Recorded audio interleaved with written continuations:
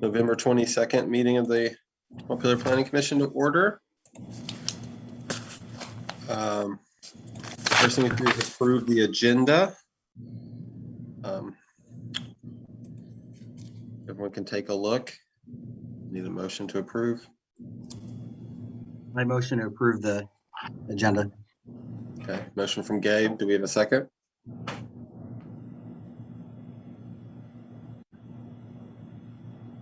I'll second. Okay, second from Ariane. All those in favor of approving the agenda, say aye. Aye. Aye. Okay, any opposed? Okay, agenda approved 4-0. And moving on. Next thing is comments from the chair. We'll be getting into this in a little bit, but we did have the subcommittee working group on economic development meet. It was Gabe and John and I met on Thursday. We'll be going over later in the meeting what we did there, but it was a good meeting, good discussion. I had heard back from Alec Ellsworth in the meantime, and I went ahead and incorporated part of Alec's stuff. Again, this is all stuff we'll get to, but just trying to go through anything that's new that's happened since our last meeting. I think that's about it as far as I can think. Just to remind everyone, we do have a meeting next Monday that will be a hearing on the proposed zoning changes. There'll be a hearing where we'll be hearing from the public. It's going to be very public focused, and it's not going to be too informational for the Planning Commission's purposes. It's just a listening to the public thing primarily. And I think that with that, I don't know if there's any other announcements. Mike, is there anything I'm not remembering? Nope, I think it's pretty much it. So we are, we did send out all the letters to the zoning folks, so that those did go out. So we're starting to get some feedback there. But other than that, it's just been busy 2 weeks. Yeah, I bet. Thank you so much for that. I definitely know that going through the economic development chapter and starting to put that together is always a reminder of how much work it is for you and the planning staff when you're doing that. So thanks a lot, Mike. Okay, so with that, we'll move on. And brings us to general business. Looks like we do have a member of the public in the Zoom meeting. So I thought I'd ask Mr. Kellman if you have anything you'd like to bring to our attention that's on the agenda. Yes. My name is Peter Kellman. I live at 6 Mountain View Street in Montpelier. I served on the Housing Task Force for about a year and a half in 2017, 2018.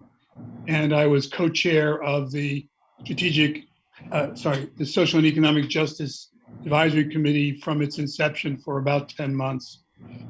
And I apologize for not having come to listen to and share some thoughts on your deliberations before this, but the economic section, which you're beginning to work on, is quite important to me.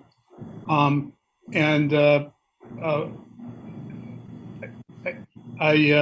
like to say that based on what I've read in the minutes, what I'm about to say may be unnecessary. So just please bear with me if I'm preaching to the choir. The subject is the 2016 Economic Development Strategic Plan, which was prepared by a consultant for the city, and which I'm hoping you will not be using as any sort of touchstone for the chapter on economic development that you are working on. To explain briefly why, I just want to read to you a bit of an email that I sent to Mayor Watson and the City Council in May of 2018 about this report. I had been hearing it cited quite often in the Housing Task Force by Kevin Casey, and elsewhere by Dan Groberg of Montpelier Alive, both of them referring to this as a foundational document for our economic development. But when I read it, I had deep concerns about the document. So there were a lot of new people in the city council at that point. Very few of them, I think only 2 of them, had been there in 2016 when this report was issued. So I was urging the new people to please at least read the executive summary. And I wrote them the following. I have some questions and concerns about the plan as written, specifically about the economic development theory it appears to be based upon. Also, the relevance and validity of some of the Barry, Waterbury, Montpelier comparison data and data analysis, and the recommendation that Montpelier position itself as a high-end community. It makes me wonder how this plan jives with the goals some of you and I have been espousing for affordable housing and other programs that address the needs of the bottom half of the income spectrum. And if this plan is not what the current council is in favor of, what about the various departments in the city manager's office? My recent reading of the 2016 draft of the planning section of the city plan also reveals a lack of explicit concern for the lower half of the income spectrum. I hope I am wrong about this, but it may be worth having an open conversation during your retreat and subsequent meetings about planning for the near future. So that was the letter I wrote in 2018, and I just would repeat, I am concerned that we are becoming a city of 2 very distinct halves, although at this point, I'd say the top half has become the top 3/4 of wealthier, more privileged people like myself, and poorer people. And I don't mean poor people, I mean people who just simply can barely afford to live in Montpelier. And I get quite concerned when I see a great deal of attention and enthusiasm and excitement about adding acreage to Hubbard Park, or having a recreation center up at the old Elks Club. And yet, when some of us were working very hard to come up with at least some temporary solutions to the 70 or so homeless people who are lying out in wet tents and wet sleeping bags as we speak right now, there just doesn't seem to be much of will to address those kinds of issues. There's lip service given to it, but it's not really happening. So I think when you think about economic development for all of Montpelier, not just for the top. So thank you for your attention. Yeah, thanks. Questions if you have them for me. I would just invite you to to stay. I mean, we're going over economic development goals. We're going over the strategies. It's very much in the brainstorming and formation phase right now. So if you want to hang out for this meeting and just feel free to give us ideas to mix things in. I can tell you, I think that most of us on the planning commission, if not all of us, probably all of us, are right there with you. In the housing chapter, we wanted to address some of the things you just mentioned. I invite you to. It's publicly available, the Google Drive that we have for this. You can access it through the city website, and take a look at the housing chapter. Transitional housing to address and needs for housing for homelessness is going to be something that we want in our housing chapter this time. That's new. There's also going to be recovery housing addressed, hopefully, in that chapter, among some other things that are going to be new to open up Montpelier in the ways you're talking about. It's very much on our minds. We're also going to be we're going to be going through some of the things you just mentioned, I think, at this meeting tonight on economic development. So yeah, please help us develop this out, because it's the direction you're talking about, I think, is the direction that we really are interested in, and it's really about ideas for the plan. But I think, as you know, it's also going to be about, in the future, even though we passed this plan and we put great things in the plan, I'm have the same concerns you have about lip service. So we want to make sure that the things that are in the plan do get done in the future. And that's going to take, I think, like the residents of Montpelier to make sure that people stay interested and keep the momentum to make sure these things get done. So that's kind of my reaction to what you're saying. Does anybody else have anything to mention right now, or if not, we can move on the agenda, start working on economic development. Like I said, Mr. Kellman, I'd love to have you stay and let us know what you think about the things we're talking about. I'm going to grab some dinner and I'll be back. That's fine. That's fine. You can always keep up on the progress we're making by looking at the Google Drive that's on the city website, and you'll see it's kind of, there's working documents in there. There's a Excel type spreadsheet that we're putting the aspirations and goals and the strategies into, and we definitely want to focus on a lot more on economic development other than just the people who are already in a pretty good place. Could I just ask, let me just ask, where's the Google Drive? How do I find it on the city website? Mike could probably direct you the best. I mean, I would Google to the planning page and then find it through there, but Mike can probably tell you specifically. Mike? I think he's looking. I do have one question about the Google Drive. I noted in the last minutes, Mike pointed out that open meeting rules are tricky around Google Docs. And I noted, for example, you have a subcommittee of 3 members. Technically, I think that kind of a meeting has to be warned. I know it's a pain in the butt. We ran into this with our our Social Economic Justice Committee very early on.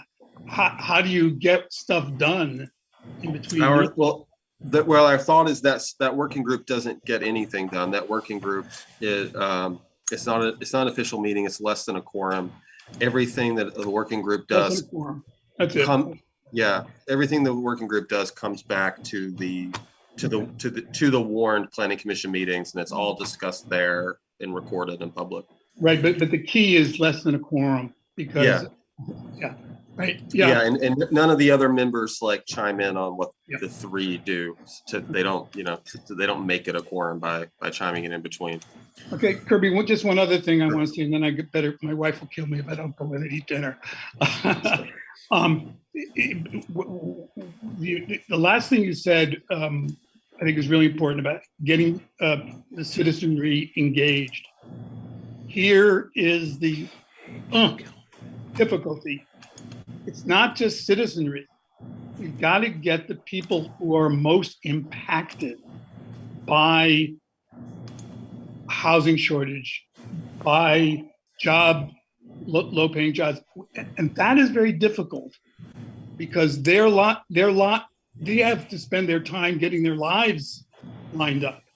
So that is the big challenge for us. How do you get people who are the most affected to be part of the conversation? And I think it is going to require some kind of affirmative outreach effort by city government, by our committees to seek out and maybe go to them. Maybe it's a question of canvassing in areas that we know are lower income and asking questions of them. It's a tough one, but it's something I hope you can kind of keep in mind as you're trying to address my concerns and your concerns. Yeah, that's a good question. And it's tough from our position a lot of the times because we're not in touch on the ground as the planning commission. We're removed from it, and I wish we could. I don't know. I don't have great ideas to do more, but I acknowledge that it'd be great if we were more in touch. I'll make one suggestion. CAN, which is the Capital Area Neighborhood organization that is all volunteers, and it's people like me as coordinators. I coordinate for 30 homes in the area that I live in, and I talk to the people in our neighborhood frequently. I send them news about what's going on at City Hall. I let them know about meetings like this. I think the closer you can get down into the neighborhoods, the better. Laura Brook is the coordinator for CAN at the Sustainable Montpelier Coalition, and I think she would welcome a contact from this group to see how you might really be able to get the word out about what you're doing and get feedback, in that way. That's one suggestion. Yeah, what you're saying is also reminding me of another thing that I would point out to you is that we have these proposed zoning changes coming up. Many of them, so next week we have a hearing on it on Monday, and then 2 weeks after that. And many of these things we're going to be considering are opening up the zoning to get more housing in. And it's not going to be loved by everyone. So all of the people who are advocates to get housing done, I would invite to. I will definitely be there. I plan to, believe me. Well, I think what's most important is if people show up for when it goes to the city council to like make sure that they know that, because you know how it goes. Oftentimes people who, it could be a vocal minority that don't want something. So if we can get the majority who want to see more housing and things, that I think those allies would be really, and spread the word to CAN and everyone else that you know. Okay, great. Thanks. I'm going to go eat and I'll be back. Okay, thanks. All right. I did post the link to the Google Drive, by the way, in our chat here.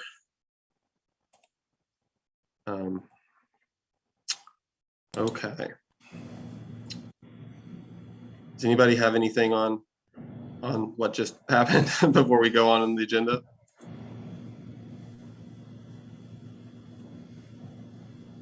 Okay, so the next thing on the agenda then is to review the minutes from last meeting. So if everybody can take a look at those, the minutes for November 8th.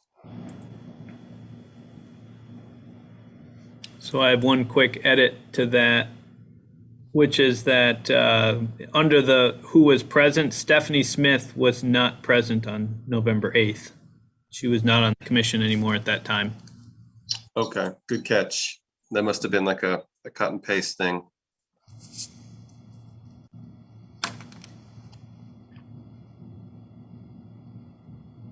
I move approval of the minutes with Mike's change. Okay. Do we have a second?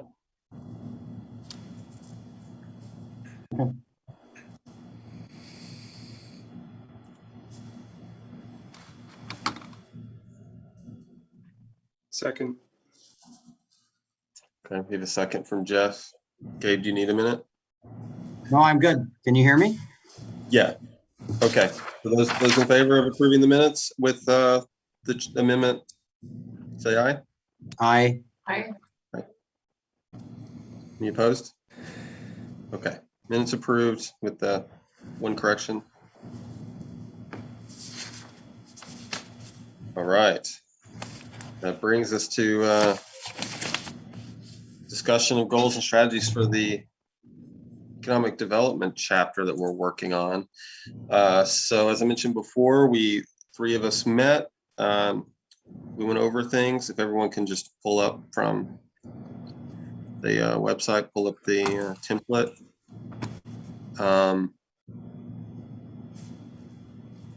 What we did as a group is we worked mostly on the goals.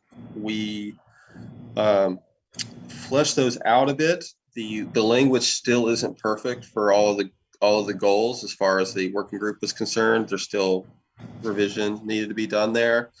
One thing that we did that was important. Hold on, let me just cut in real quick. You Peter, if you're looking for the I sent you the link, and if you click on plan website, If you end up in the base, then you have to go to plan website, which has all the chapters. Okay. And Looks click like you see economic the, development, and then you yeah, click on the template is the one that Kirby is talking about. yeah. And do people find it, will people find it useful if we shared a screen for the meeting? Yeah, okay, I see at least a couple nods, so is that okay if you share, Mike? Oh, you want me to share? Okay. I mean, if you got something else going on, I can share. Nope. That's why I got multiple computers running here. Yeah, I thought so. You definitely have the computers for it. So, like I was saying before,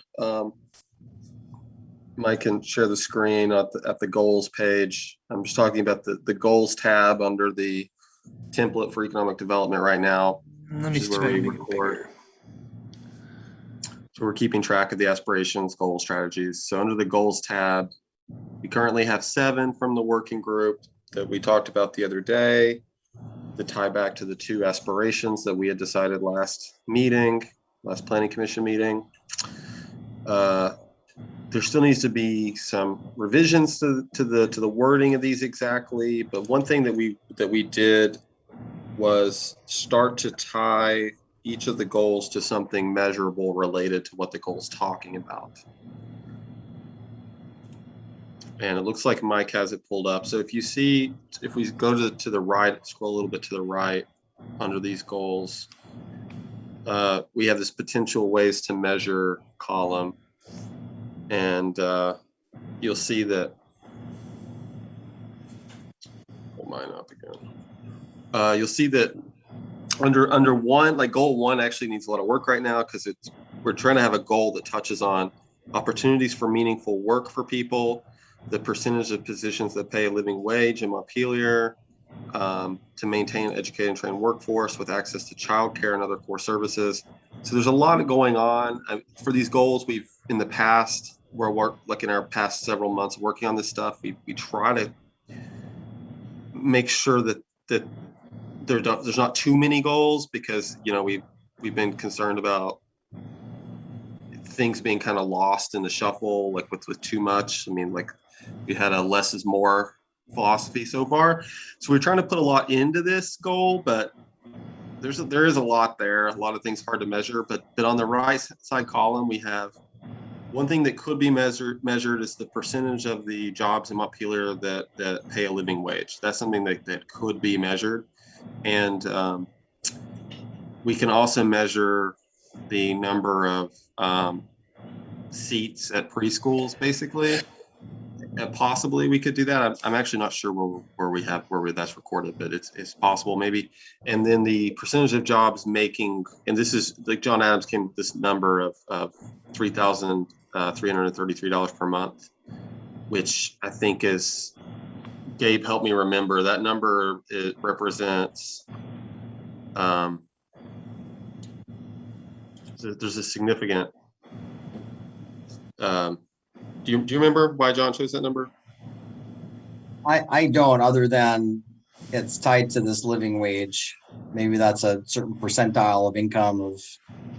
Yeah, I think most of these measures came from John and he had all the data. So when it goes back to staff, if there are questions about where to find the data, John seemed to have it all at his fingertips when he was talking about it.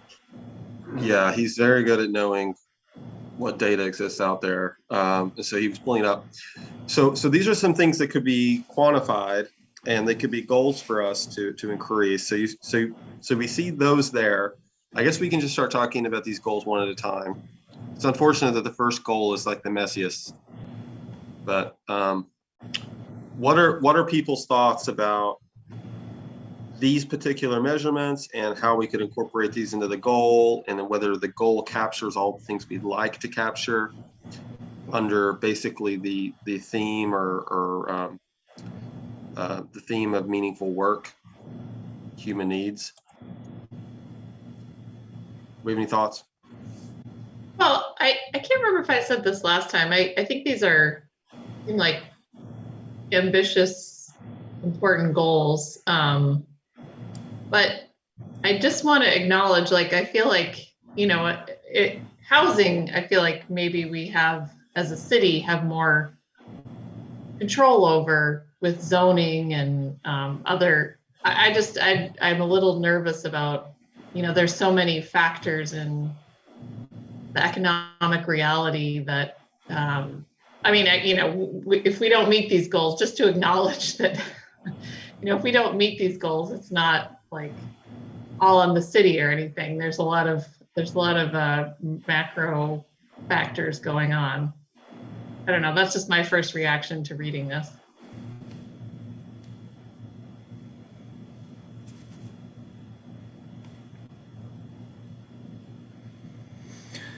And I guess, I mean, I'll take a moment to just step in and say, we'll do some massaging and wordsmithing as things go on, just to be consistent with where we've been kind of in the past. So the idea under aspirations is that we would end up with two, like, looks like we've got the revised aspirations are kind of over here, two primary aspirations. So the way, I mean, for Peter's benefit too, is the discussion of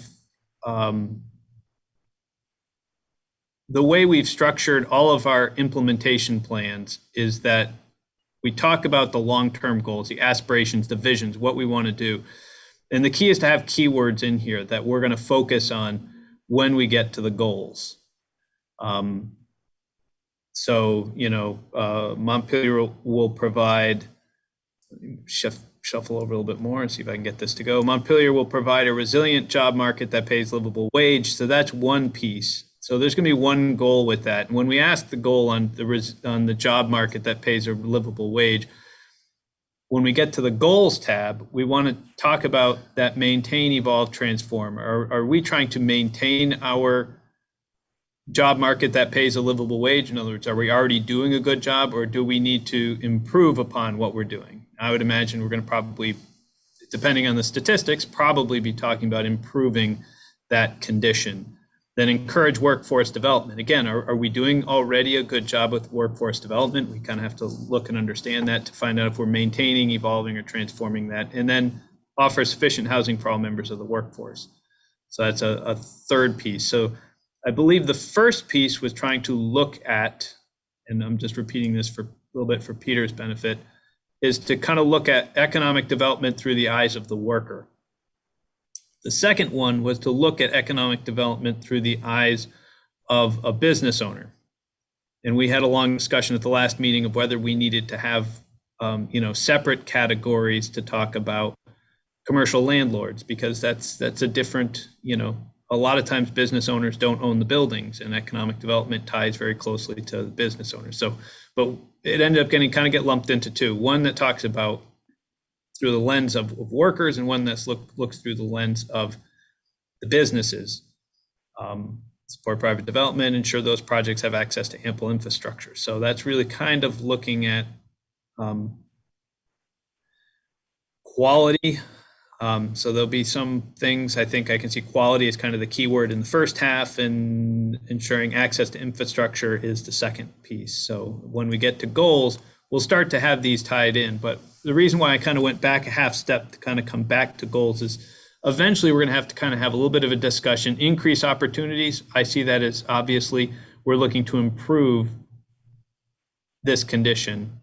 And there, I can see I have a bunch of these actually have this continue to improve. It's in there, increase the number. So we're starting to see these words in here that maintain, evolve, transform. So we have a target. And then we talk about how we're doing. In some cases, maybe it's a maintain. In some cases, maybe it's an increase. But these keywords should be coming back. And if we have new keywords, we'll have to go back and amend our aspiration to kind of make sure that things are consistent throughout. And then in the end, when we get to strategies, we're talking about exactly what will we do to increase opportunities to meaningful work, and what will we do to improve business and economic climate, those types of things. So I just wanted to kind of lay that out, that we may do a little bit of wordsmithing afterwards to make sure this is consistent with the other chapters that have already been done. Right. So I'd like to hammer some things down. Actually, we we've talked about the living wage thing. It's been here from the beginning since we were looking on this. There's been a couple of times that planning commissioners have voiced like some concern. I know John Adams has some concerns about even including that. Do other people have concerns about including it? Or at least like having it as a high profile thing in here? It's just, I think part of the concern would be by focusing on those wages, we are maybe not we would not emphasize other things that the city has more control over, or something. I don't know. What do people think about it having the living wage in there? I'd like to just, because I know that's kind of an open question out there, like whether we're going to keep this. Are people generally in favor of it? If I could pipe up. Yeah, I like the concept. I guess where I have the questions are the scale and scope of it. For example, a livable wage for someone in Barrie who works in Montpelier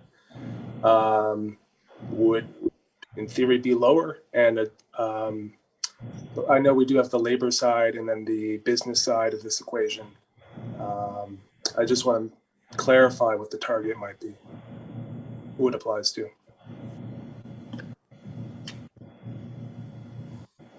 Yeah, as far as what it means, I think that there is a defined wage that's considered livable wage. Is that what you're asking about?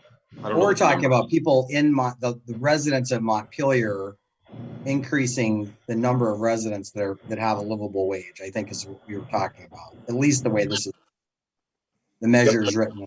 Else. Cool, thank you.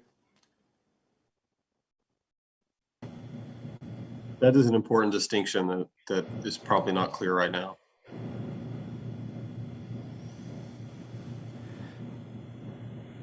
Did you catch that, Mike? Where like I think the thinking is that we would be looking at a living wage as based on the people who are living here and whether their wages are livable, as opposed to the livable, like the wages of the positions that exist in Montpelier. Yeah, we have two sets of data that we look at when we look at employment data. One of which is the rates of folks here in town. So we'll use unemployment rate. You know, it can be looking at the residents of Montpelier and the jobs in Montpelier, because I think I've pointed out on a number of occasions, we have 9,000 jobs in Montpelier and 4,000 people that are in the workforce, 2,500 of which are working in Montpelier. There are people in Montpelier that work in Waterbury, work in Berlin at the hospital, work a number of other places. So it's not strictly people who live in Montpelier, work in Montpelier. So when you look at unemployment rate or wages, it can be tricky. You have to look at which one you're looking at. And the other thing that can be an issue, and I'm just saying this just from the perspective of when people get focused on benchmarks, it's a little bit why I've been a little bit leery, a little bit careful about pick them when they're good, pick them when they help you accomplish what you want to do. Having a percentage of jobs that have a livable wage or those types of factors could mean if I shut down all the low wage jobs, if we only support high wage jobs and all the low wage jobs go out, then my percentage of high wage livable wage goes up. So it ends up being counterintuitive. Because if your goal is to, the thought is, the pie in the sky is that, well, we'll get these low wage positions and turn them into high wage positions. And so the people who are working them earn more money. But the other way of doing it from a benchmark standpoint, and a couple of these have come out through models of, some of the efforts that were done in New York City, where everything was measured. And so that became a kind of a thing where sometimes people would do things that were bad for the public because it was good for their benchmark, and they were expected to meet a benchmark. So I think what you're getting at is why I'm not entirely sold on us including the livable wage stuff here is because it's a result. Yeah, it's a quantitative thing that's a kind of like an end result thing that's not getting at. I would rather our plan focus on the underlying things that are definitely going to help people, as opposed to a measurement that could be dubious, like Yeah. by focusing too much on a benchmark of well, what percentage of living wage. And as Mike was just saying, I think things that aren't good for the public could result in that number looking good, and it doesn't really. Yeah, if you Like, had, I really like that. Like, part of what we're talking about here, though, is we're talking about infrastructure things. We're talking about training things. Like any of that stuff's going to be a good thing to contribute into economic development. We can feel good about it, I feel like, because it's a foundational thing. But looking at this, yeah. yeah. So basically, if 10 people have livable, if 10 people, if we have a pool of 10 people, 5 of them making a livable wage, 5 of them not making a livable wage, so we have 50%, and our goal is to get to 100%. We could do things and just, lose 4 of those jobs and not livable wage. And now I've got 5 people making a livable wage, 1 person not making a livable wage, and I've increased it to 80%. I win. But is that really helping us? And that's what happens. Sometimes people get lost in, that's obvious case, but sometimes people get lost when the numbers get big and the numbers get, 1 and 2 layers removed. You're just getting stuck in a thing. Kind of like when the best example recently has been, how badly was Montpelier hurt by COVID? And if you look at the numbers, the average wage and the average income in Montpelier went up by like $10,000 a year. And it's a little bit of a head scratcher, but that's because a whole lot of low income people lost their jobs. And when you average the people that are left, you find a whole bunch of people whose wages went up, because you're not averaging the people who aren't making any money, because they don't count towards the average, only people who are making money. So when you make a whole bunch of poor people unemployed, average wages actually went up in the pandemic for Montpelier. So it's counterintuitive, but sometimes getting lost in following statistics without understanding it can sometimes be detrimental. I really want to focus. My goal has always been to focus on what are the goals. If we want to, and if we've got a good benchmark, then awesome, let's follow the benchmark. But that's always been my concern is watching. We are very careful about what we choose for a benchmark. Do we need to have that goal in there? I mean, it's been in everything that I've read, but do we really need to have it? When you talk about workforce development, I mean, one of the things, we can spend a lot of time and energy and waste resources when, both the state and Department of Labor have really good programs, really robust programs that frankly are not utilized as much as they could be to get, workforce development.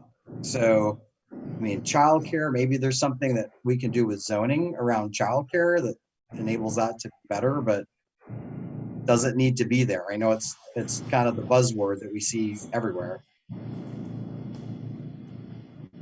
Yeah, so I think childcare is a good example, because that one kind of comes out when we look at the numbers through the pandemic. We lost about 400 jobs in the pandemic. So our 9,000 jobs went down 400, and then a couple of them came back. Most of those jobs that were lost were, so there were 2 groups. One was people who retired early, or retired. Some people were already kind of working in retirement and decided to just retire and stay retired. And the second group that was mostly women who returned home to take care of their kids. And they have not returned because there isn't sufficient childcare, which is why the city has tried to expand its childcare programs. So when we talk about economic development and getting more people back in the workforce, childcare is one of those key things, in the same way that affordable housing, childcare are key components to economic development. But we can get to the strategies of how to fix that piece of it. Yeah, based on what you just said, it sounds like there's actually a decent amount the city can do. can expand its own, provision of childcare. Okay. Okay. So I just want to make sure that we're making some progress. It sounds like childcare is something that we're going to keep in the goal, and it's going to be something we have strategies around. I'm not hearing a lot about, I mean, is there strong feelings about keeping the livable wage stuff in the goals also and having the emphasis there, or like, I mean, it sounds like I don't know. Do people want to take it out? That's the question I have for the planning commission right now is, do you want to take the livable wage language out? Well, I don't know if I mean, I like having something about living wage in there. But right, I see Mike's point about percentage of jobs with living wage, and I don't have immediately something to put in there, but I think supporting something about, I don't know. Sorry, I'm not more ready to spit out something, but I think like one thing is, it's too bad John's not here, because it like, if you look at the right side column over there about potential ways to measure this 3,333 per month number was something else that he had grabbed, which could be an alternative to us talking about the livable wage thing.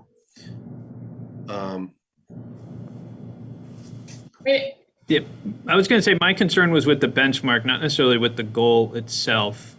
So let me just throw out two things. We haven't gotten to strategies, but let me just throw out two things that where the livable wage can play a part. While we can't require developers to pay a livable wage, that's not really within our charter and our ability to do that. What we do have are a number of programs to assist economic development, such as a tax stabilization. And this has been done in multiple cases. So I'll pick Fred Connors. He's got the old Armory building where Cabot used to be out just past the roundabout. So he's got that building out there, and they put an addition on the back.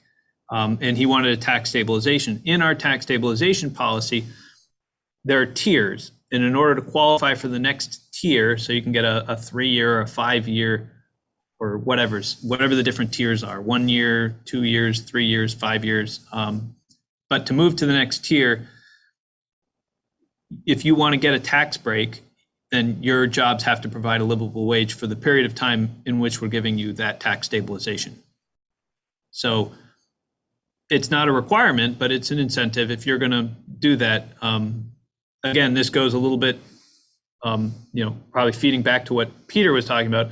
Requiring those livable wage jobs means most of those jobs that were there were not accessible to people without a specialized training, because they were all jobs that were paying higher wages. So we basically supported getting more high wage jobs in town, which is good, except that most of the people that got them are people that have high degrees and high amounts of education. So we would have to debate whether that's a good thing or a bad thing. So that's one way of, you can have livable wage as a goal and support it, kind of think of it as supporting it, but not requiring it, or requiring it in order for having certain benefits. The other thing the city council did a few years ago from a policy standpoint, remember we talked about there are regulations, you got your permits, your policies, your programs, your projects, the 5 Ps. One of them is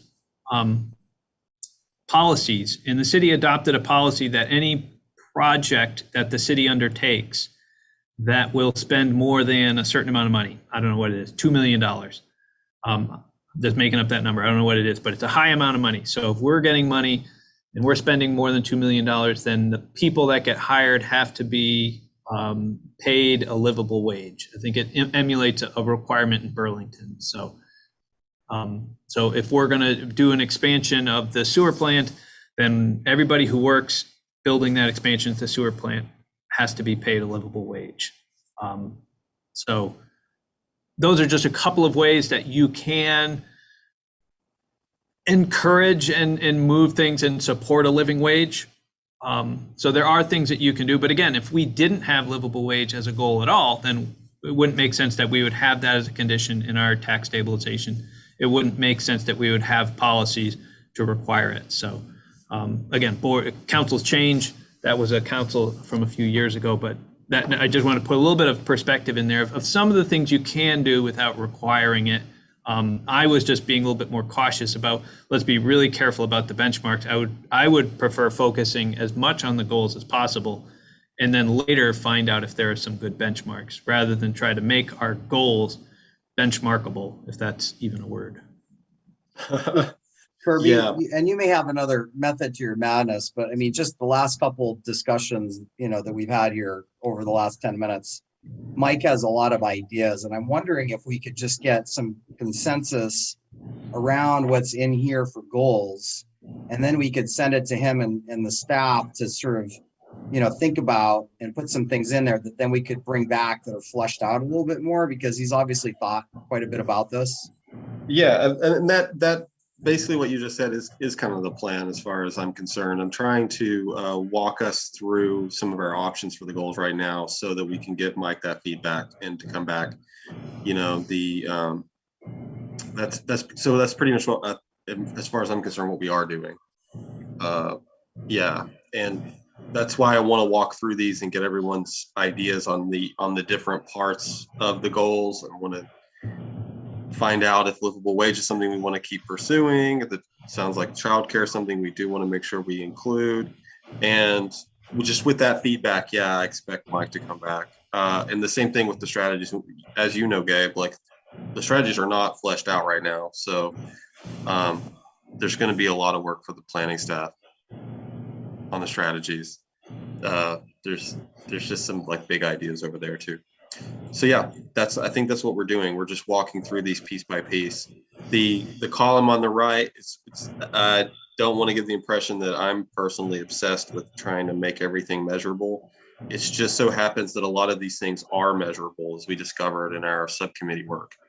So it's nice to think about that, because a lot of the other chapters we've worked on so far, there was a focus on having goals that are measurable. It is kind of something we've been trying to do more, but not all of them are measurable. Some of them are kind of subjective, and that's fine. It just seems like some of these actually can be measured. They can have benchmarks. But part of what Mike will be doing is coming back and telling us whether he thinks it's a good idea or not to benchmark some of these things. Okay, so it sounds like we'll be keeping livable wage in, we're keeping childcare in,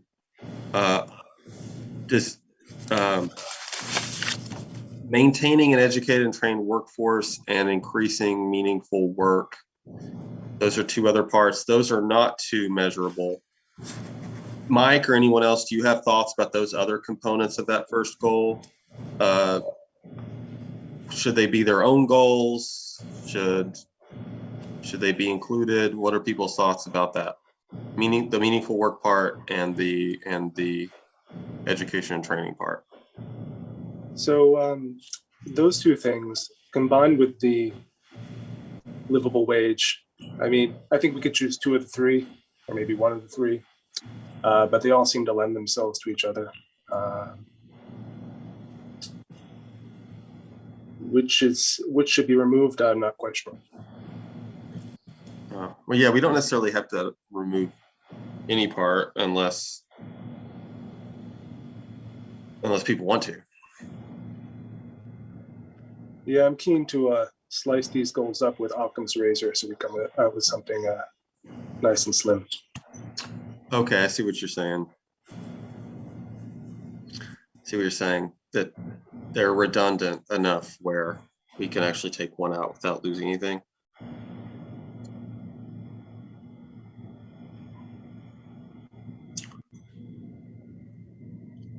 Any other thoughts about that? Mike, what do you think about that goal as it's written there? In what I would usually do when I was working with the committees is we would split those. And the reason we would split them is because the strategies used to improve, let's say, access to childcare are going to be different than the strategies you would create for paying a livable wage. What we're doing now, though, is a little bit of both at the same time. So usually what would happen in maybe Gabe and Jeff, you haven't had this fully through enough of these yet, but usually like the Housing Task Force, Historic Preservation, these other ones would come out with a really long, very detailed list of here's our aspiration, here's our 5 goals, if you break that aspiration out, and here are the 27 strategies that accomplish these goals. And when that came to the Planning Commission, they would start to go through, all right, we're gonna lump the 4 goals into 2, or the 4 aspirations into 2, and these 7 goals into 4, and these, and we lump them together. So it would make it easier for the public to understand and digest. But from one perspective, we broke it apart because it was very important to be able to draw the line, to connect the dots between childcare is important. Here's what we're going to do about childcare. Livable wage is important. Here's what we're going to do for livable wage, and having dot to dot. But again, when you get to the end, as Jeff was just pointing out, being able to consolidate them makes them a lot easier for the public to understand, which is why we're doing it in the plan. So if you keep them together, I'm okay with that because that's where we're going anyways. But in the back of your mind, just remember that when we get to the strategies, that's how I'm going to be piecing it apart is if we're going to talk about access to childcare lumped into goal A, then I'm going to expect to see strategies very specifically tied to it. So that, I guess, wishy-washy answer to the question. We could, Mike, I mean, you see that there's these bold titles on each one. I mean, we could like stick to something simpler for the goals and just know that that text that's after it is going to be, the strategies are going to be those things. And what are people's thoughts about that, of just having the simpler stated goal and just know that that's the stuff that will be covered in the strategies?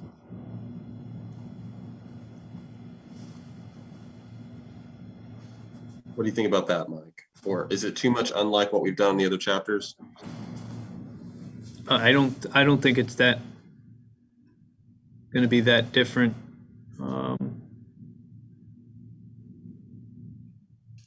I'm just out here for a second to grab. I mean, this is what you guys eventually collapse that down to 3 goals. This is historic. Identify historic resources, increases appreciation, and then these are all the strategies for doing it. So this is where we're eventually going with what you're doing. Is we're going to end up with a set of goals that are very, succinct, as Jeff was pointing out. Identify and document the city's historic resources. It's not a big long statement. It's a pretty concise statement. I mean, that's at least for historic. Where am I here? Go back here to open another one. What do we do here for housing? Revised housing. Yeah, this is where this was really revised. You guys went through a lot of revisions with housing. This was 4, that 2. I think this was like 12. So again, you guys got it down to a very succinct: increase the number of homes in Montpelier by a minimum of 30 units per year, maintain a mix of housing types, occupancies, and costs. And originally, when the Planning Commission is looking at this, or when the Housing Committee was looking at this, they're talking about these, as multiple goals. But we could combine mix of housing types, sizes, occupancies, and costs because it all fell under a maintain. So these are all things we wanted to improve. These are all things we wanted to improve. So just to give you an idea, this is where we got to with these other ones. So now when we're looking at economic, you've kind of fleshed them out with discussion points, but eventually we'll compress it down to that single statement. Okay. Is everyone okay with that? That we just we have the understanding that when we get this back from Mike, that the goals will be worded like in a simpler way, but the content that's there right now is going to be covered in the strategies.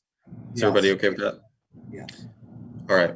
So let's just plan to do that. We don't need to beat that to death anymore. Let's go on down the list of goals. So the next one is it goes to resilient business environment, continue to improve our business and economic climate such that it encourages and supports businesses. The subgroup had pointed out that, you can look at the gross receipts coming into Montpelier businesses and as a way to measure whether the business and economic climate is increasing. Such as it could be a benchmark that we could incorporate when it's like the web-based thing. I'm going to go through more of these goals. We don't have to. Feel free to chime in if people have anything to say about any of these. So the next one is I think Gabe had pointed out these bold summarizations. Like he pointed out, this is kind of an entrepreneurship goal, which is to increase the number of small businesses through retention and expansion programs, as well as support for startups and entrepreneurship. We can measure the number of new businesses by the filings. The next one is one that the subgroup created. Does anybody want to talk about any of this stuff yet before I move on? Okay. So the next goal is something that we created. This was John thought it was important to have a job creation goal. So we put one here that says increase the number of full-time jobs by 100 per year. The current number is 9,252 jobs. And so by the end of the plan, we want to exceed 10,000. We had a discussion about whether that actually keeps pace with our housing unit goals, and it feels like this one's more ambitious because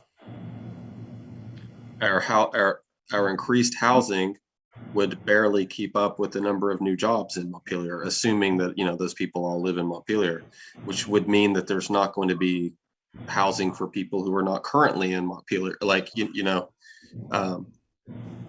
for other people other than these new jobs. So it kind of opens the question of whether our 30 units per year is ambitious enough, or how you want to look at that. Anybody have any ideas or thoughts about this, having this as a goal and what it says? Would we anticipate those jobs to be filled by residents? I'm just thinking if Montpelier is like a node for the region, if Barry's growing or East Montpelier or Northfield or whatever, that's still attainable. My bigger issue is that how is the state going to change its job outlook in Montpelier versus other places or in total, and how will that affect that number? And that's out of our hands. So. Yeah, we talked about that too. We were thinking that there's probably not going to be it's like if we're looking at 100 jobs per year, we're not expecting those to come from the state government. But we didn't think it was important to like exclude government jobs either. That's just what it looks like now. There's going to be a new governor after next year, so it could change a lot in the next 8 years. There could be some government growth, but we don't know. We just don't know.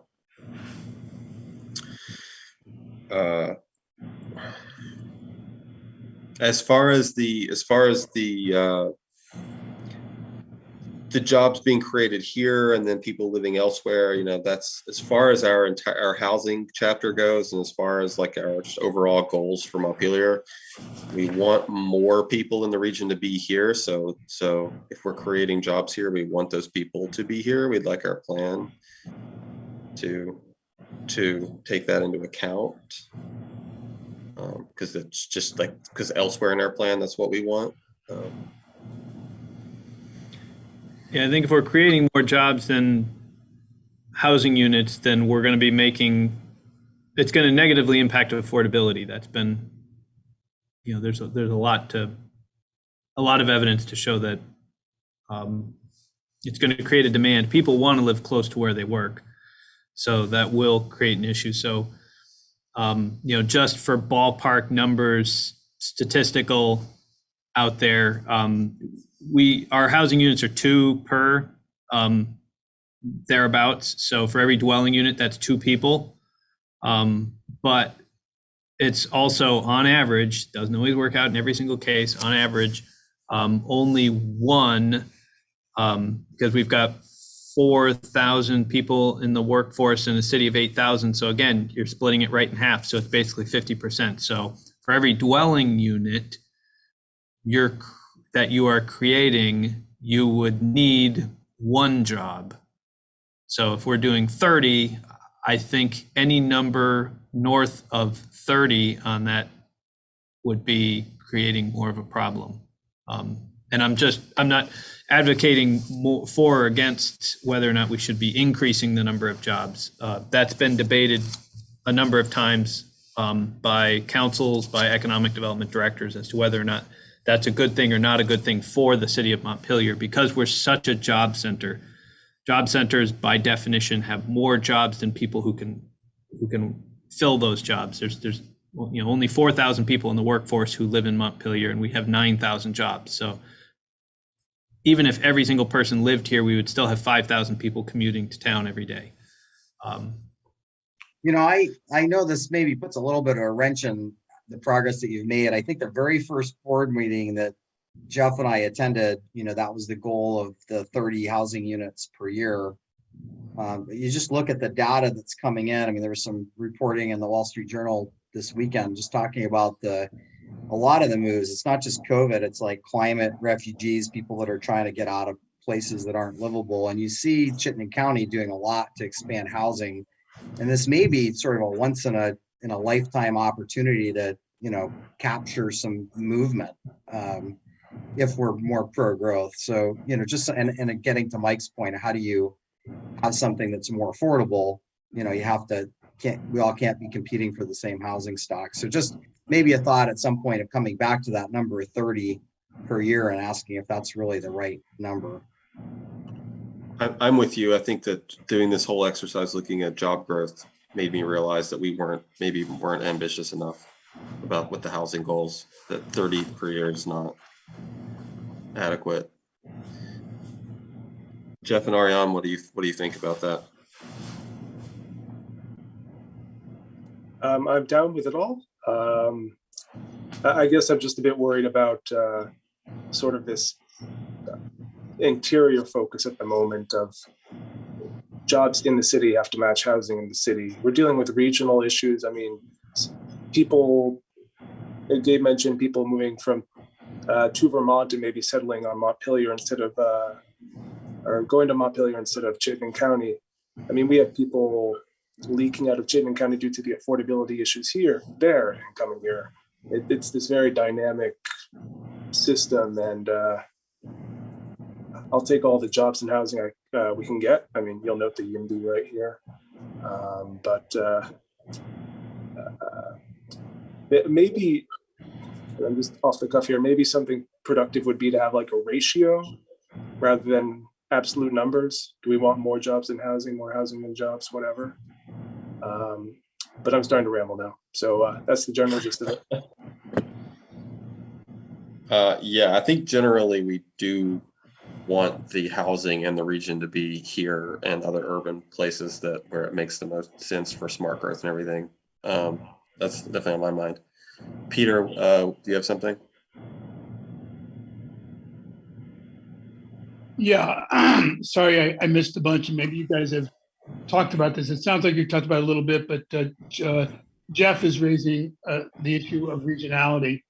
And look, realistically, we can have goals for Montpelier, but that's not the real world. There are people, and it's not just Barry. We also have the entire East Montpelier, East Calais, so forth, where people are living out in the country and they come in. So how do you phrase these things so that it's not just, oh, this is Montpelier jobs for Montpelier residents? Because that's not reality. What can you do to make this closer to the real in your wording? Yeah. So I think part of it is that we're trying to set these. So these are the goals part of the plan where we're trying to decide like how ambitious we're going to be, and then the strategies that put these into place, which is kind of what you're going at, like the action things. No. No. Like no. so. You've got specific metrics that you're associating with the goals, and I think that is a bit of a problem. You know, to me, I realize you're using the structure that you're given: aspirations, goals, metrics, strategies. But goals, in a way, are aspirational.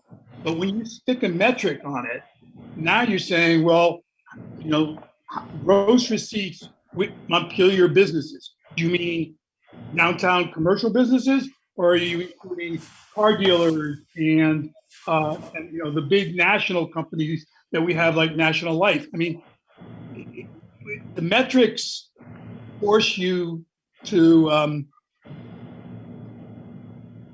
to make some odd choices, and I think Jeff's put his finger on it. I mean, National Life is a huge employer, but how are you going to measure their revenues? The hospital is a huge employer, but it's part of UVM. How are you going to measure? They're one of the largest employers in the area, but it's in Berlin. You know what I mean? It's associating metrics with these goals that I think is distorting the conversation. Well, yeah. So you know, yeah, you might have been away for that part, but these metrics are not necessarily going to be things we use. We're just putting them down there, and we're actually going through the process of thinking like, does it make sense to try to use these metrics or not? But you're making a good case against using gross tax receipts. So that's probably not going to end up in the plan. But we only want to use the ones that make sense, that get at what we're trying to do. Well, housing, I agree with what you said earlier. Housing is one of the clearest measures. Our very low inventory, the cost of rental, all of these things in housing show that we have an acute housing problem. And I would think that could be, maybe think about housing as the driver of this, and look at your other goals in relationship to housing. That idea Jeff said of a ratio, for example.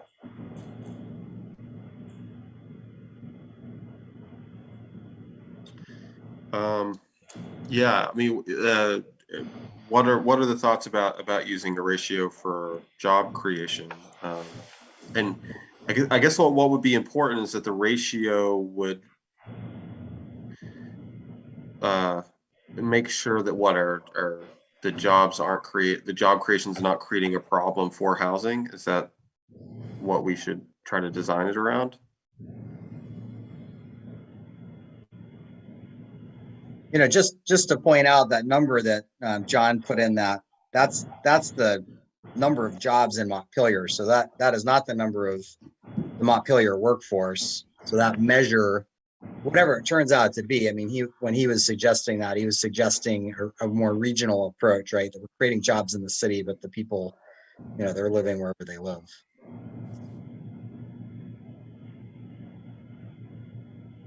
I guess I'm just keen to harness, should there be growth elsewhere, like the apartments being built at the Berlin Walmart, for example. I know that's senior housing, but that could advantage Montpelier as much as it advantages Berlin.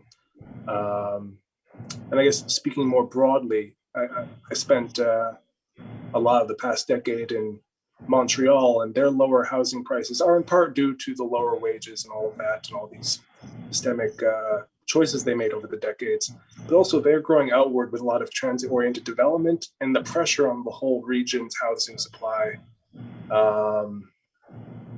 at least some interesting synergies, as well as sprawl. I mean, not great, but it's just something to think about.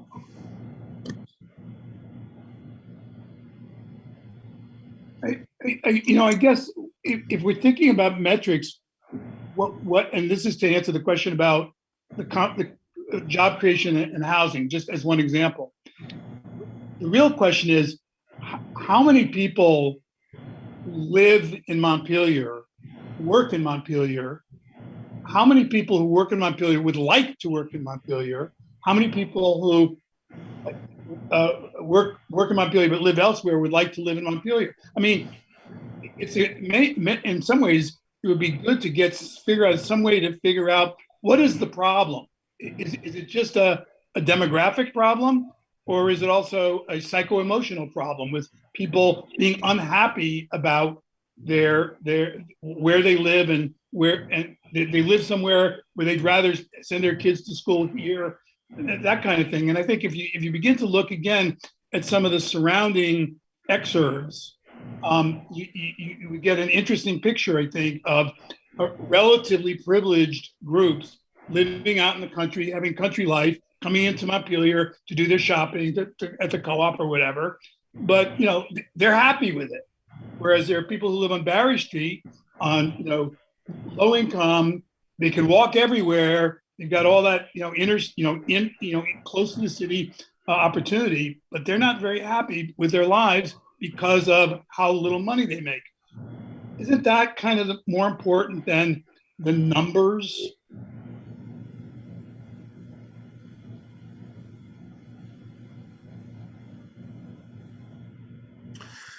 Yeah, these are good points. How do we have ideas for a different kind of job related goal, or whether that should even be a goal?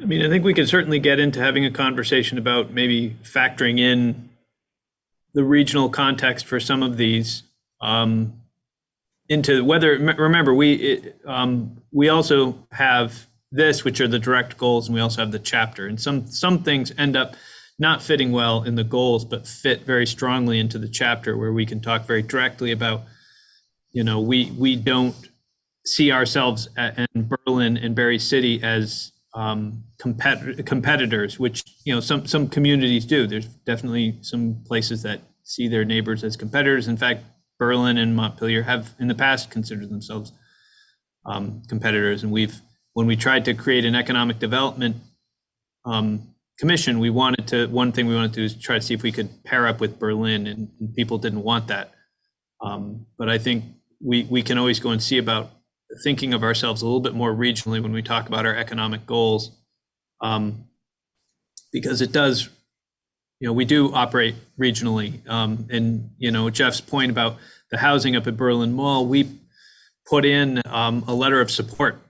The planning department put a letter of support into I guess it's a growth, was it a growth center or a new downtown? It's a program from the state that they wanted to do, a new town center. And we put a letter of support in, supporting the fact that they were going to propose to build many hundreds, 400, 500 housing units up there.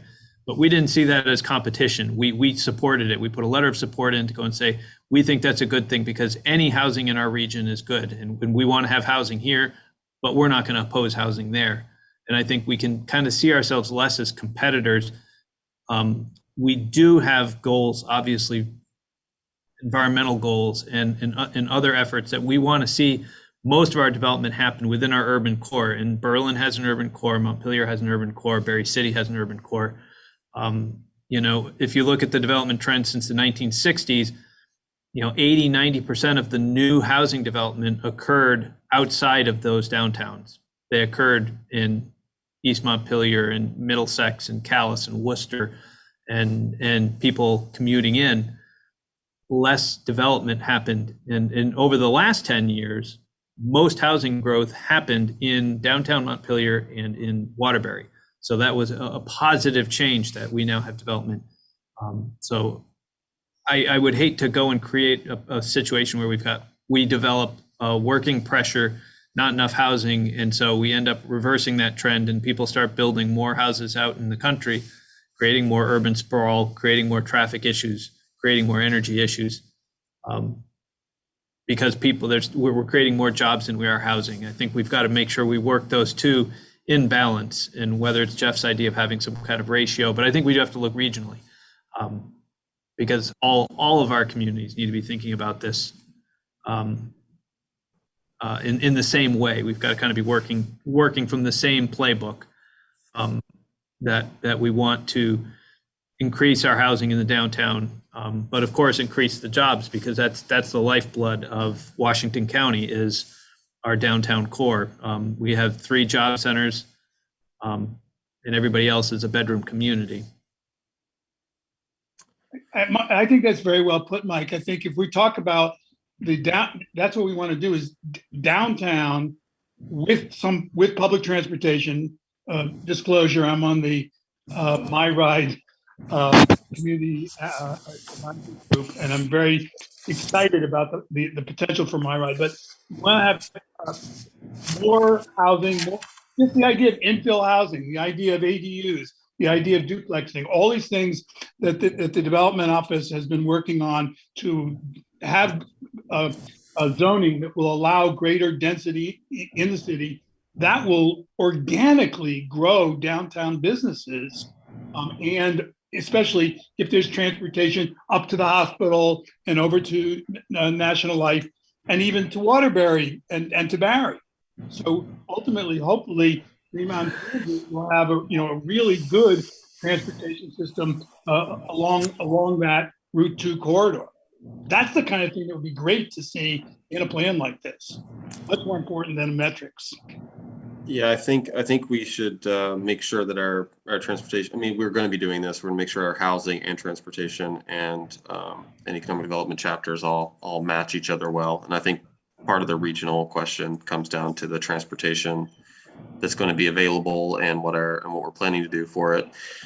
I think transportation is also going to, just to put this in people's minds for our hearings coming up on the zoning changes, is to keep the available, make sure that we keep in mind the transportation resources that are available for some of these neighborhoods that are kind of on the edges of like what's walkable to downtown. We should also be thinking about, and this goes to actually a conversation I had with Jeff before, about thinking about how transportation is going to link up with those zoning changes that are being proposed.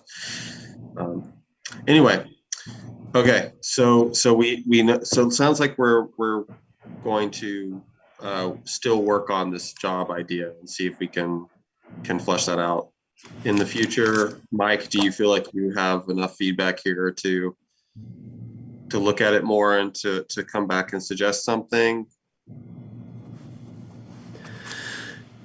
So do we think we're doing a little bit more of linking it, or at least, I mean, we don't have to link them necessarily connect them at the hip is what I'm thinking of. I mean, we just have to be sure we track them and monitor job creation and housing. We don't have to go and tell somebody, I'm sorry, you can't get a permit to build your new building on Stonecutter's Way because you have to first create 17 more housing units. I don't think we want to be doing that, but at the same time, I do think it's a good thing for us to be monitoring both. And I think there's a little bit that also goes to these numbers, I guess, that I'll point out when we get to the strategies. This is really meant to be a strategic plan. So we can wish for the moon, but as we start getting strategic, we've got a limited amount of resources to apply. And when we only have so many dollars, are we putting our dollars towards creating more jobs, or are we putting our, and we'll, when we get to these down the line, we can start having a little bit more of a thought that we might come back and maybe adjust a few of these as we get a little bit more of a conversation. But I do want to kind of, it's easy to go through and say economic development. Is our goal to create more jobs? Is it to grow the grand list? Is it to be an entrepreneur? Is it to revitalize and have a vibrant downtown? And if your answer is yes, yes, yes, yes, yes, each one of those has a dollar sign to it. And so you're then having a much bigger economic development plan. And we don't even have a person who does economic development right now. So just to give you a perspective, that would be all kind of new programs and new money, raising taxes to spend on these new resources. Or are we going to be very targeted to go through and say, at the end of the day, it would be great to have all 6 of these goals, to grow our number of jobs, to grow our GDP, to grow our grand list. But really, if I only have this many dollars, that's my target. That's really what I want to look at, is to make sure that we're helping our existing businesses grow and thrive. And if we don't create another new job, that's okay. See our existing businesses grow and survive. But that's the policy question, where we eventually get down to, it'd be great to do everything. Eventually, we'll have to probably pick a number of these that are going to be our priority. So job attraction and creation may be something that we later try to weigh with some of our other ones. What is more important, this or that? I think that's a good point, Mike, and I think that could be valuable tonight. Where let's get down this list.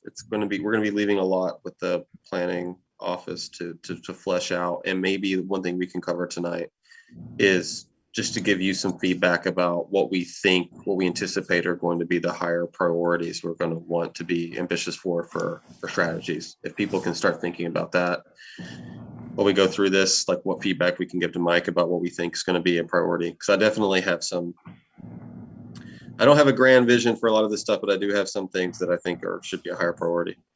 Okay, so the next goal we have is to improve our building stock to make it more flexible, efficient, and well maintained. Maintain and improve the quality of our supply of necessary utilities and facilities. So this goes to, in my mind, it actually goes to infrastructure type things. It goes to I did throw some strategies in based off of what Alec Ellsworth's plan was for making outdoor recreation a big part of economic development. A lot of his ideas I thought fell under this goal, which is basically he wants to see us expand our trail and park infrastructure so that it becomes more of a draw for people, because by having a lot of that. So I'm thinking I think of this as an infrastructure thing, not just for outdoor rec, but for in general. Does anybody have anything to say about this before we go on to the next goal? So I guess I'll just point out really quick, so these next 3 tie to the businesses. Remember how I said your aspirations, 2 aspirations, the first one tied to looking through the lens of labor, and the second one through the lens of business owners and property owners. So these 3, development, vibrant downtowns, and housing, are about what we can do to support the businesses directly. So in the 2 pieces of this one, the first one talks about improving building stock. That's kind of talking about what can we do to help the commercial landlords. And the second piece is maintaining the quality and supply of necessary utilities and facilities, which is mostly what the city can provide, because we provide the sewer and water, we provide the parks, we provide the bike lanes, we provide we're the engine that helps drive the private market. So this would open up into a whole set of strategies that would kind of focus in that direction. So we went over the development one. The next one is, Gabe had thrown the label of vibrant downtowns on there, because a lot of the strategies do go to downtown stuff here. It's maintain and improve our sense of place and quality of our public built environment. This is the aesthetic stuff. And then finally we have this goal for housing. Increase the quantity and quality and affordability of our housing as it contributes to Montpelier as a place to live, work, learn, shop, and play. One obvious thing here is that the housing actually goes to both of the aspirations, really. It goes to the providing housing for the workforce and providing housing to help support businesses. Just a comment, maybe for discussion as Mike goes off to think about it. I mean, to his point earlier about resources, right? Finite versus investment.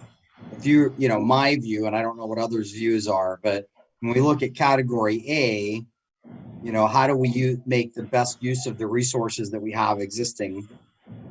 We get to category B, my feeling is that we need to make some significant investments, which may require, bonding and other things to happen.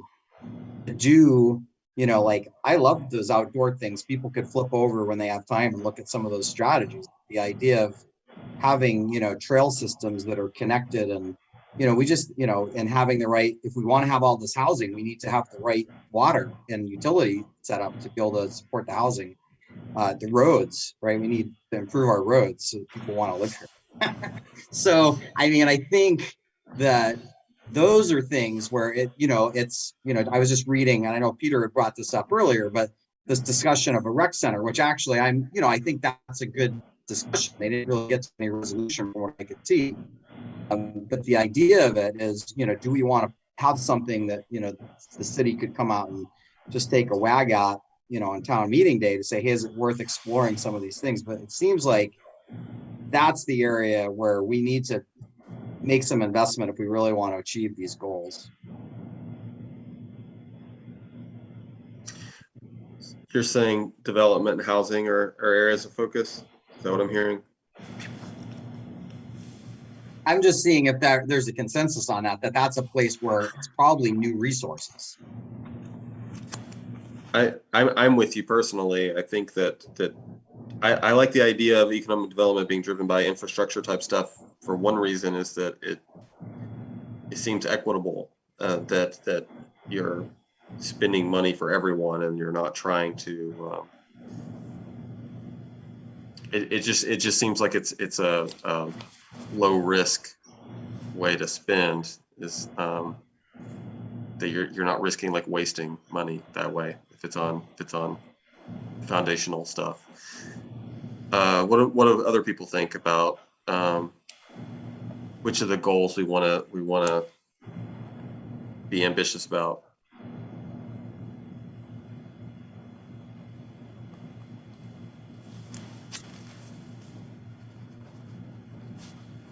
Is everyone in agreement that like development, housing are big ones? Housing for sure.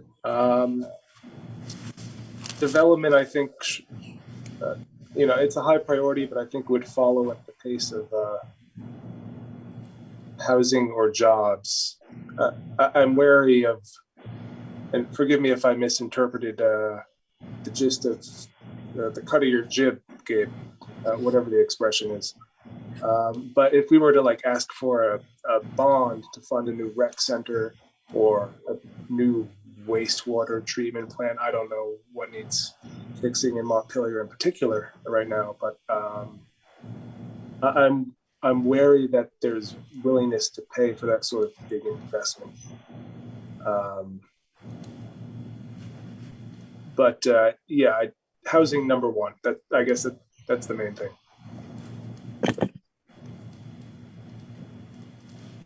I think do people think that we should revisit this 30 units per year and try to increase that? Do you think that's something that we need to do? What do the planning commissioners think about that?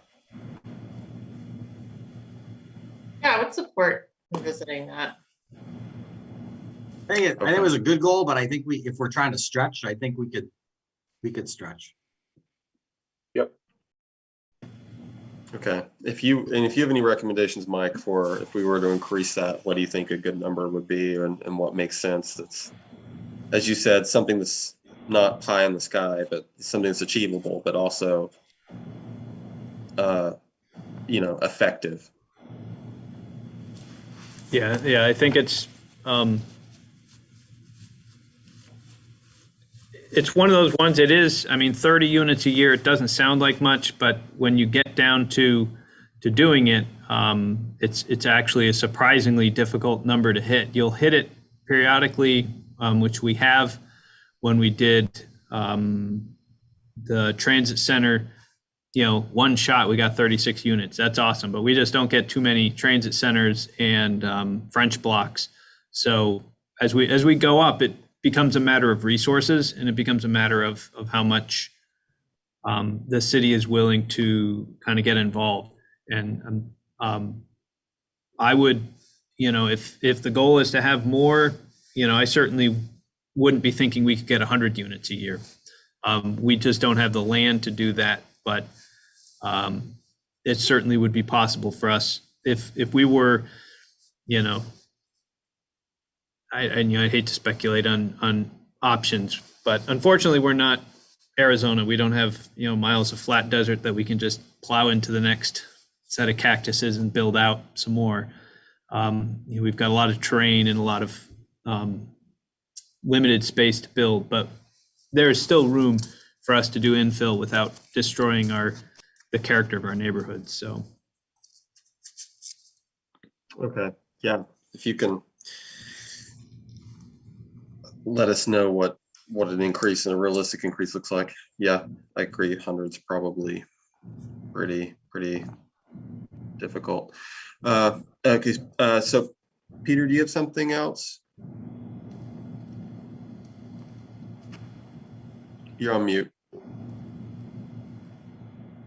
Mike, wouldn't inventory be a better measure than number? In other words, how much housing is available, whatever at any given time. We have, what's our inventory now? It's 1%. We had a debate on this. So what came out of the housing task force and came to the planning commission was to have a target of 5% rental vacancies and a 6-month supply of housing, which is what is considered the balance for, if it's less than 6 months, prices tend to rise. If it's more than 6 months, and prices tend to level out and drop eventually. So we were looking to targeted those. The planning commission discussed it and felt those were too kind of out there a little bit. So the thought was at a minimum 30 units per year, because if you were to calculate, we're at basically a 0% rental vacancy. If we wanted to hit 5%, we would need a minimum of at least 240 housing units, which would be 30 units a year over the 8-year lifespan of this plan. So at a minimum, and that's, I think, if you look in the housing plan, it does say at a minimum 30 units per year. So the goal was we didn't want to just have 30 units. Our goal was to have a minimum of 30 units. And the reason that number was chosen was because now, of course, we could add 240 units in 8 years and still have only a 2% vacancy. I mean, we know it's a minimum that we would need is 240 units based on the current statistics. So that's how we went from, we have had that discussion. Do we want to have that metric as 5% vacancy? The difficulty is, John's concern was, that's a number we don't have. It's very difficult to get. There's a lot of estimates out there, but there's not actually a database where we actually have a way of knowing exactly what it is. We could, off the top of our head, we all know the vacancy is 0 because just go and, pick up a want ad and try to find a available rental unit in Montpelier and you won't find one. So it's either 0 or effectively 0. Yeah, but the reason why I just mentioned it as a better metric is because that is a reflection of demand and availability, not just availability. You say 30 more units, we have no idea if that's good enough because there's no measure of demand in there.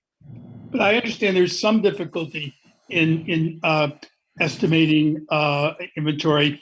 But if you talk to some real estate people, they're pretty confident about the inventory numbers that they throw around.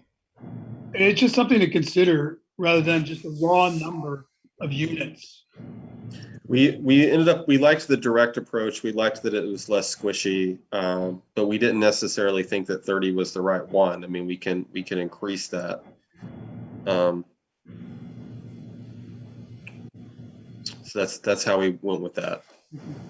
As Mike was saying, it's pretty squishy to base it off of these rental market estimates.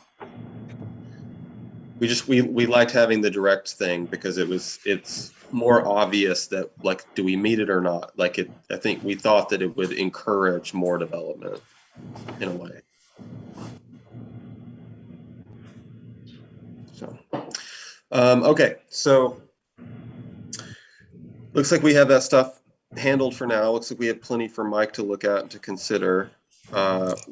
I don't think we need to go into what's on the strategies page right now. Just know that there's some things over there that are based off of Alex's work for outdoor recreation and economic development. So there's some strategies there.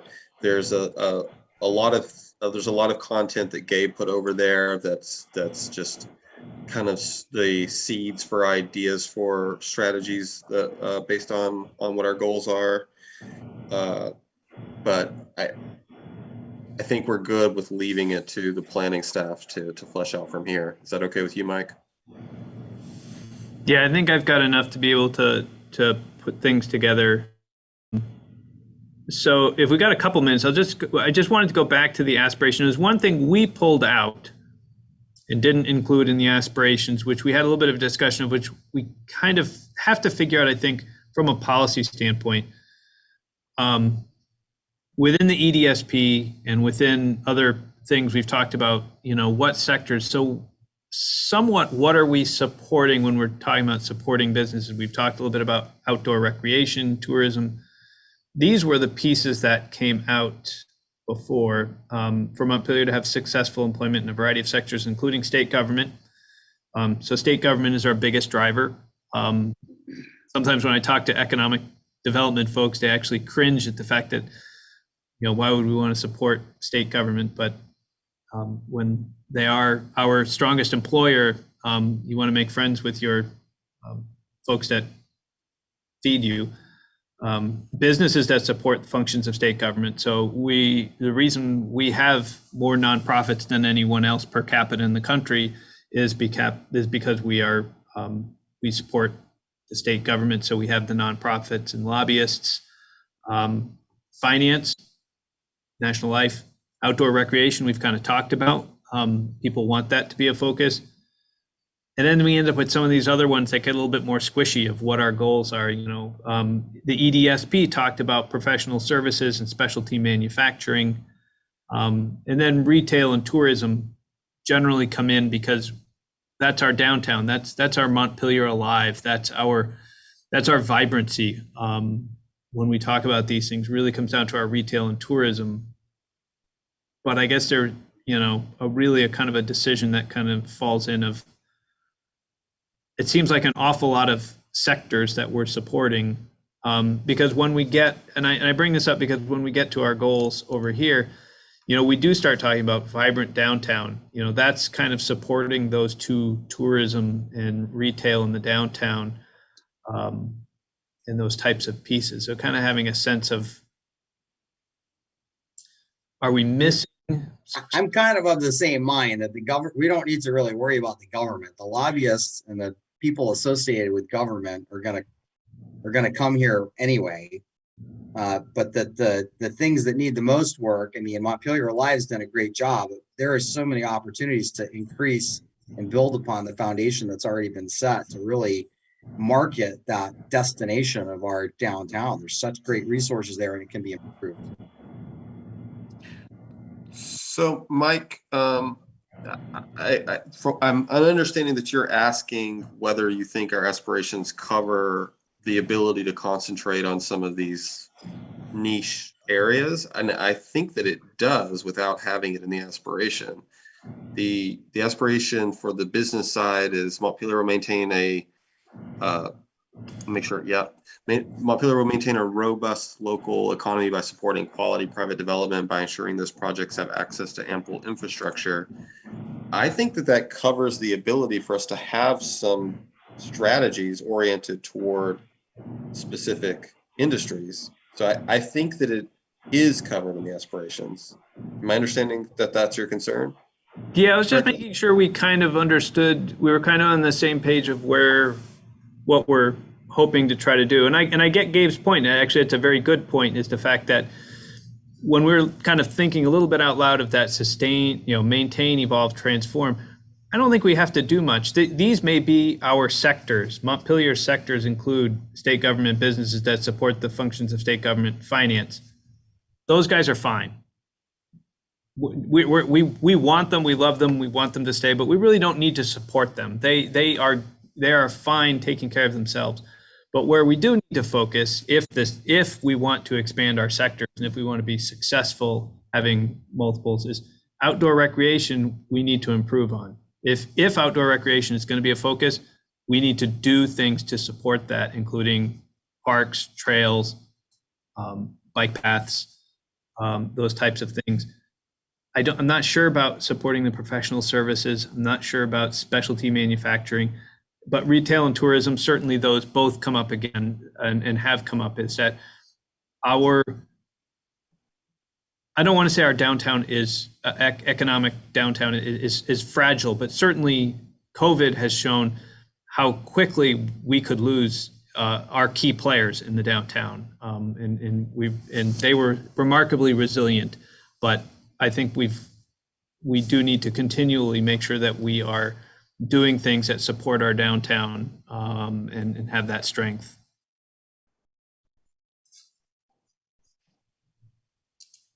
So are you good with it though? Or yeah, I think it's there. I just wanted to bring that back. When I saw these down here, when I saw the vibrant downtowns, it started to trigger me back to those sectors that we had talked about.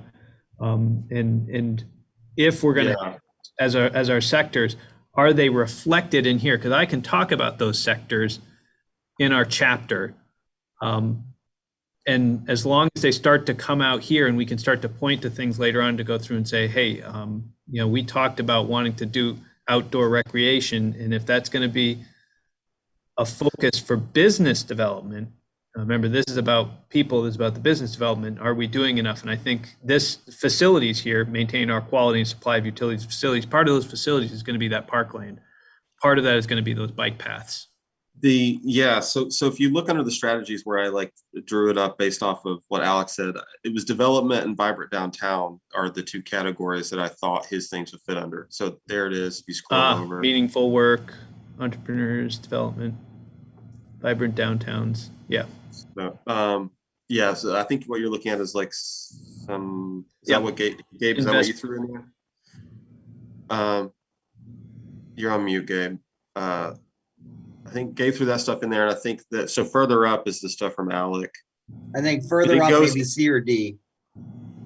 Yeah, so, over there on C. Look to the right side there. That's the outdoor rec stuff, and goes to I had put that it goes to development and to vibrant downtown for the goals. All right. Well, I will work on the aspirations and goals primarily, and try to start to flesh out some of the strategies. And because we're a little bit, I have to kind of teach you guys a little bit of what I taught every committee as I went through. So when I put together strategies for them and when I put them together for you guys, I'm just putting things out there. And don't look at it from necessarily the sense that I'm advocating or pushing or trying to think of an idea. By all means, I'm putting things out there to help to spur people to think about things outside the box, because a lot of, and this is true of planners and commissioners. I just gave a presentation for the regional APA to try to get people to try to think at different strategies. So I'll put things in here like tax stabilizations and these other things to start to get you thinking about how we as government impact development. It's, I kind of have this, I always like to say I get this odd job that, I'm supposed to create housing without swinging a hammer. I'm supposed to create jobs without hiring anybody. It's what do I do to make these things happen? And that's a little bit of these programs that we start talking about. What are we going to do to help get there? And so I'll put things in here that we may absolutely say we're absolutely not doing that. And that's perfectly fine. I'm okay with people throwing things out because I'm trying to put things out there to say, here's one way of doing it. Here's another way of doing it. Here's another way of doing it. And you may throw them out. So when we'd appreciate the feedback. Yeah, when you review them, don't think that I'm off the deep end. I'm just putting things out there to help you to think, and maybe you come up with other things. Once you hear my ideas, maybe you think, oh, there's actually a better way of doing that from another place I worked or another whatever that I've been involved in.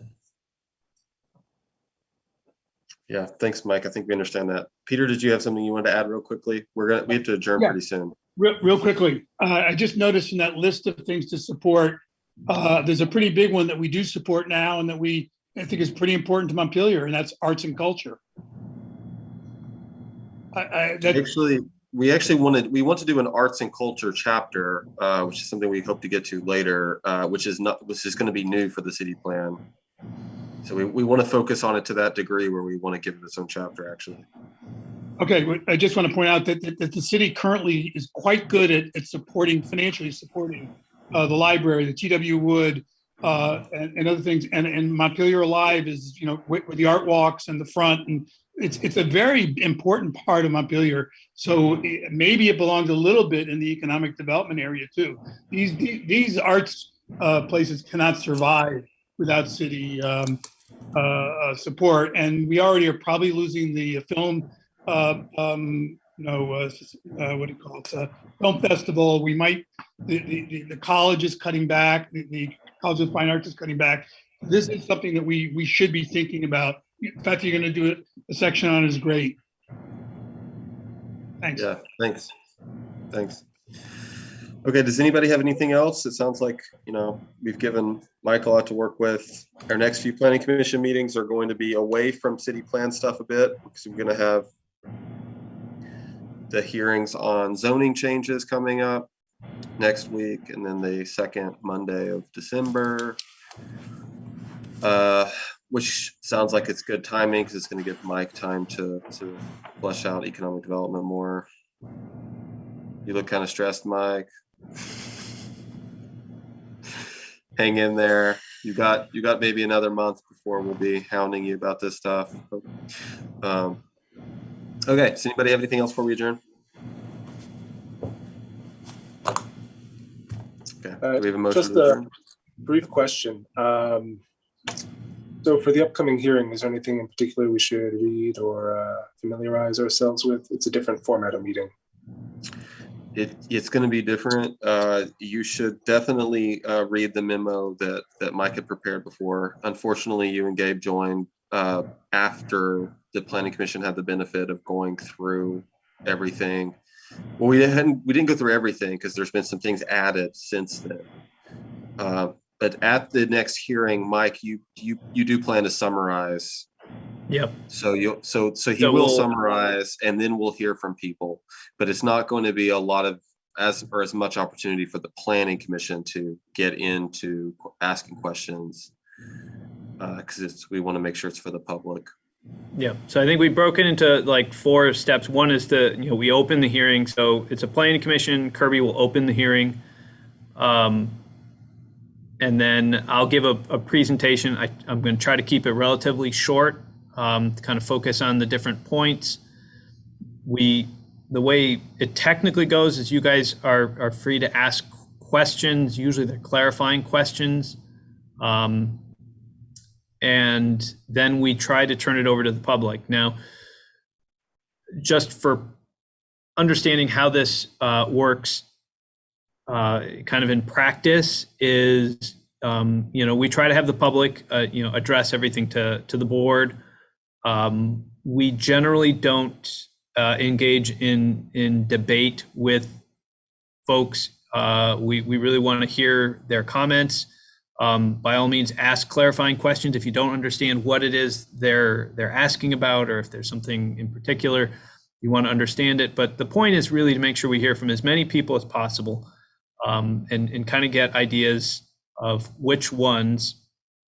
And after this first meeting, we probably won't have any. I mean, you guys are free to go and say we want to have some time to deliberate what we've heard. But we're going to have 2 hearings. So one's going to be on the 29th next week. Next one's going to be on the 13th. Probably going to depend how the 13th goes. If we go for a full 2 hours on next week, and we go for a full 2 hours or 2 hours or more, I should warn you that if we still have people, we may decide to stay a little bit longer on the 13th, just to make sure anyone who wants to be heard gets heard. I have no idea how this is going to go. We could end up with a lot of comment. We could end up with very little comment. I'm going to assume we're going to end up with more comments than less. So, so if we had time on the 13th, we might sit down and go through and say, all right, we're closing the public hearing. We've heard everybody who had something to say, we've said it. Now we're going to sit down and we're going to talk about what we heard and of I'll call them the 10 proposals. And we might, it's up to you guys how we do it. We might systematically go through and say, I really didn't hear anything about number 6, 7, and 10. Do we want to just assume that those are okay? And now let's go back to 1. We heard some comments on number 1. What do you guys think? Do we still want to support this or not? And then kind of walk our way through each one of the proposals and then decide if we reach a point where it's like, I'm willing to send all 10 of these to City Council for consideration. I'm willing to send all of them except number 9 to City Council for consideration. It's whatever you guys can make a motion on. So usually though, we try to reserve that debate until after we've taken all the public comment. And then we move forward. And if for whatever reason you guys are like, I think we need more time for more public, we can say, planning, Mike, go out and warn another public hearing for January because we want to take more public comment. This is as much yours as it is mine. I'm just here to staff this. You guys are kind of driving this. So that's a little bit of how it goes. A lot of it is going to be listening to the public, listening to what they have to say about the zoning proposals. And as I said, I'll be there to answer questions. A lot of the stuff is going to probably be questions from the public that I will answer. So we may deliberate on the 13th, like Mike was saying, or it may run over. We don't know at this point. We may end up having to use our December 27th meeting to deliberate and actually vote out a proposal. If that happens, there's a preliminary question of, will people be available December 27th, or is that going to be Christmas vacation and people don't want to? Are you going to be around on the 27th, Mike? That's a threshold. Okay. I'm not going. Do people think that they'll be around on the 27th? That is going to be a meeting that actually happens? I'm in town. Yeah, I'm in town. I mean, I would rather not, but if if we should just move it forward on the 27th, I'm around. Mike, is it going to kill you if we wait until the second week of January? Is that going to throw a wrench into things as far as getting to City Council?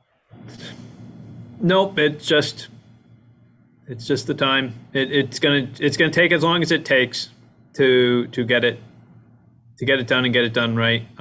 That's always my concern, is to make sure we don't rush anything, that we take enough time to think about and consider all of the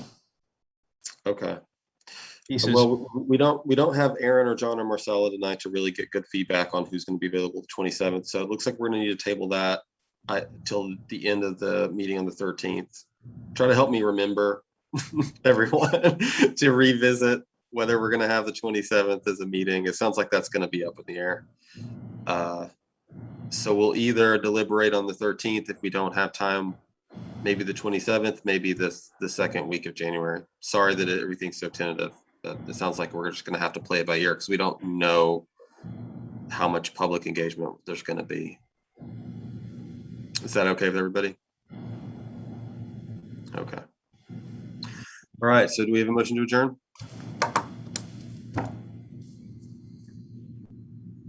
Motion to adjourn. Motion from Gabe. Do we have a second?